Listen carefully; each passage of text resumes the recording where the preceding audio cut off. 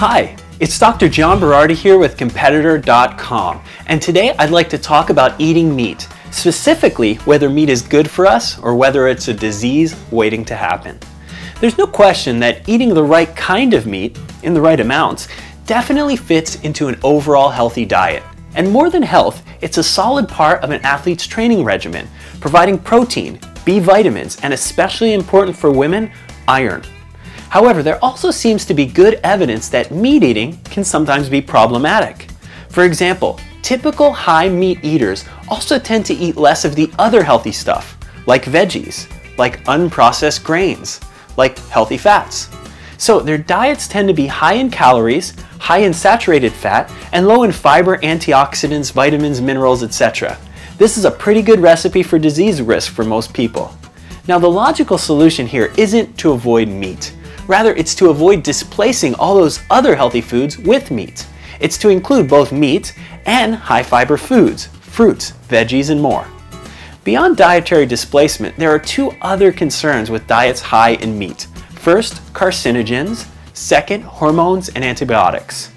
There's some pretty compelling evidence nowadays that a host of potentially carcinogenic compounds are introduced into our bodies when we eat certain types of meat. And these carcinogens have been linked to two specific types of cancer, colon and stomach. In the end though, the meats that seem to be most problematic are processed meats, like lunch meats, canned meats, jerky, etc., as well as heavily grilled meats, blackened or charred. But again, these risks can also be managed. Avoid processed meats. Be careful in overcooking grilled meats. And finally, boost your intake of fiber and fruits and veggies. Both have protective effects against stomach and colon cancer specifically. And fruits and veggies also boost antioxidant defense. This is the perfect antidote to problems associated with processed and or heavily grilled meats. Finally, beyond cancer risk, in farm meats nowadays, we tend to see a lot more hormones, environmental pollutants, and antibiotics. Not good, since we probably do absorb a small amount of these chemicals. But let's not throw the baby out with the bathwater here. Rather than avoiding meat, how about sticking with hormone-free, naturally raised meat? Grass-fed is probably the best. In the end, almost everything we eat or do in life has its risks. In fact, I'm much more likely to get into a car accident and die than I am to die of colon cancer. But that doesn't mean I take either lightly. I try to understand my risks and then buffer them. For example, because of the car crash risks, I wear a seatbelt.